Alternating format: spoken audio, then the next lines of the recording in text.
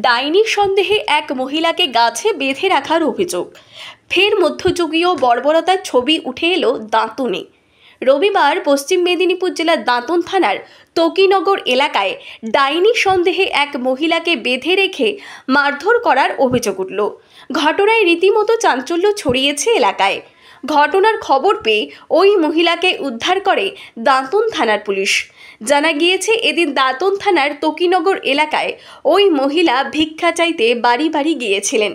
স্থানীয়দের অভিযোগ, সেই সময় ওই মহিলা এক বালকের দিকে তাকালে সেই বালক অসুস্থ বোধ করে। এরপর ওই বালক তার পরিবারের লোকজনকে খবর দেয়। পরিবারের লোকজন ওই মহিলাকে ধরে ফেলেন। ওই মহিলাকে দেখে ডাইনি সন্দেহ করেন তারা। এরপরই মহিলাকে এলাকার একটি জায়গায় গাছে বেঁধে রাখা হয়। এরপর খবর দেওয়া হয় দাঁতন থানার পুলিশে। খবর পেয়ে ঘটনাস্থলে পৌঁছে দাঁতন থানার পুলিশ ওই মহিলাকে উদ্ধার করে।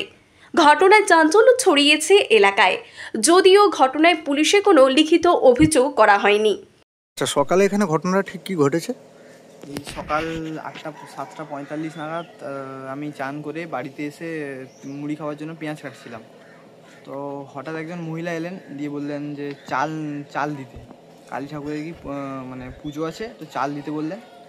আমি ওনাকে দেখেই আমার মাথার ভিতরে কেমন একটা হলো। আমি ওনাকে দেখে ভয়ে আমি বাড়ি থেকে বাইরে চলে গেছি। তারপর থেকে শরীর খারাপ লাগছিল। তারপর গুনিন এসে ফুঁকতে এখন মোটামুটি ঠিক আছে। বাঁচাও করে কি থানায় খবর দেওয়া হয়েছিল এবং মহিলাকে এসে থানার কনস্টেবল এবং পুলিশের কর্মীরা এসে তাদেরকে নিয়ে গেছেন। তো বর্তমান কীরকম মনে হচ্ছে তাকে দেখে? তাকে দেখে তো খুবই ভয় লাগছিল। মানে কীরকম? তবু চোখগুলো বড় বড় ছিল আর একদম কালো, পুরো ডাইনির মতো লাগছিল দেখতে।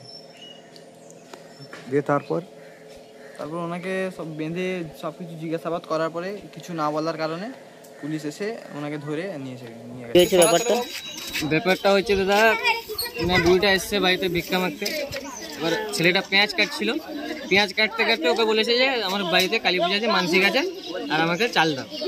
সে যখন ঘুরে দেখে চাল পেঁয়াজটা দেখে যখন ঘুরে ওর চোখের দিকে তাকায়, বললো আমার ছাতির ভিতরে কিরকম হচ্ছে। ছুটে আমি ঘর থেকে আমার জাহানটা তুলে ছুটে ঘর থেকে বেরিয়ে এসেছি।